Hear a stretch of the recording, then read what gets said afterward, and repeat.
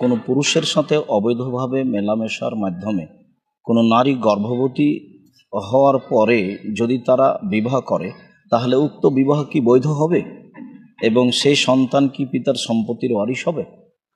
সম্মানিত দর্শক মণ্ডলী, দিনী মুসলিম ভাই বোন, এই বিষয়টি আমাদের খুব গুরুত্ব সহকারে অবগত হওয়া উচিত।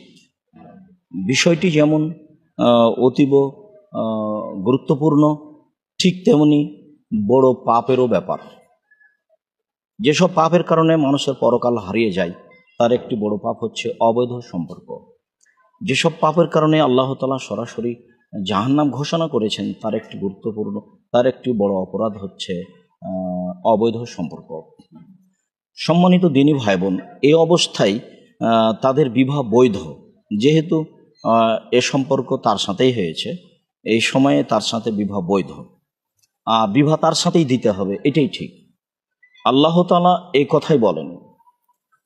সূরা নূরের 3 নম্বর আয়াতে আল্লাহ তাআলা বলেন, আয-যানি লা ইয়ানকিহু ইল্লা যানিয়া আও মুশরিকা।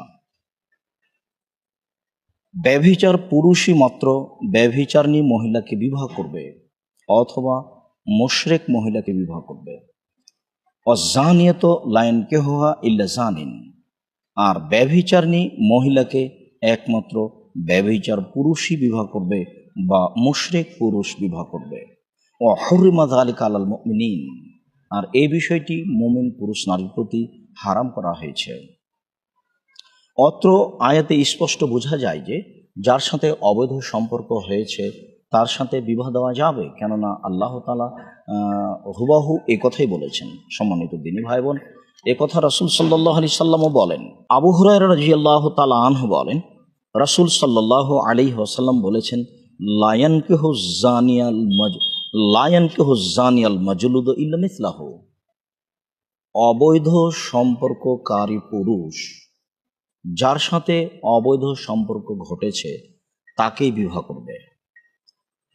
আবু দাউদ হাদিস নম্বর 2052। অত্র সহিহ হাদিস দ্বারা প্রমাণিত হয় যে যার সাথে এই অবৈধ সম্পর্ক ঘটে গেছে, বিবাহ তার সাথেই হবে, আর এটাই হওয়া উচিত। তবে আপনারা মনে রাখবেন, এমতো অবস্থায় কোনো পুরুষ যদি তওবা করে, কোনো নারী যদি তওবা করে, তাহলে সে তখন ভালো পুরুষের অন্তর্ভুক্ত হয়ে যাবে, সে তখন মুমিন পুরুষের অন্তর্ভুক্ত হয়ে যাবে। ঠিক তেমনি কোনো নারী যখন তওবা করবে খালেস অন্তরে, আর আল্লাহ যদি তার তওবা কবুল করেন, তাহলে সে খাঁটি মুমিন নারীর অন্তর্ভুক্ত হয়ে যাবে। সম্মানিত দিনী ভাই বোন, এমতো অবস্থায় যদি কোনো সন্তান জন্ম নেয়, তাহলে সে সন্তানের বিষয়টি কেমন হবে সে কথাও রাসূল সাল্লাল্লাহু আলাইহি সাল্লাম বলেছেন। এমতো অবস্থায় এই সন্তান হবে অবৈধ সন্তান। তবে এই সন্তান তার মায়ের কাছে অবস্থান করবে। রাসূল সাল্লাল্লাহু আলাইহি সাল্লাম বলেছেন, আল ওয়ালাদু লিল ফিরাস। বিছনা যার, সন্তান তার। এমতো অবস্থায় মায়ের সাথেই সন্তানকে জড়াতে হবে এবং এই সন্তান এই পিতার কোনো উত্তরাধিকারী হবে না, তার কোনো অর্থ সম্পদ পাবে না। এ কথাও রাসূল সাল্লাল্লাহু আলাইহি সাল্লাম বলেছেন। আমর ইবনে শুআয়ব তার পিতার মধ্যস্থতায় তার দাদা হতে বর্ণনা করেন। তার দাদা বলেন, নবী করিম সাল্লাল্লাহু আলাইহি সাল্লাম বলেছেন, আইয়ুমা রাজুলিন আহারা বিহুররাতিন আও আমাতিন। যে কোনো পুরুষ যে কোনো স্বাধীন মহিলা অথবা দাসীর সাথে অবৈধ সম্পর্কে জড়িয়ে পড়ল, ফাল ওয়ালাদু ওয়ালাদুন জানিন। তাহলে সেই সন্তান হবে অবৈধ সন্তান। ওয়ালা ইয়ারিসু ওয়ালা ইউরাসু। না সে উত্তরাধিকারী হবে, না তার উত্তরাধিকারী করা হবে। তিরমিজি মেশকাত হাদিস নাম্বার 3052। সম্মানিত দিনী ভাই বোন, অত্র হাদিস দ্বারা স্পষ্ট প্রমাণ হয় যে এই অবস্থায় সন্তান অবৈধ হবে এবং এই সন্তান সম্পদের মালিক হবে না। বিষয়টি অতীব জটিল এবং স্পর্শকাতর। এরপরে সিদ্ধান্ত এটাই যে এই অবস্থায় এরকম দুর্ঘটনা ঘটে গেলে সেই ছেলের সাথেই সে মেয়ের বিবাহ দিতে হবে। সন্তান বৈধ বলে গণ্য হবে না, এই সন্তান পিতার উত্তরাধিকারী হবে না। আমরা বিষয়টি স্পষ্ট বুঝতে পেরেছি। আল্লাহ আলাম বিশ্বব।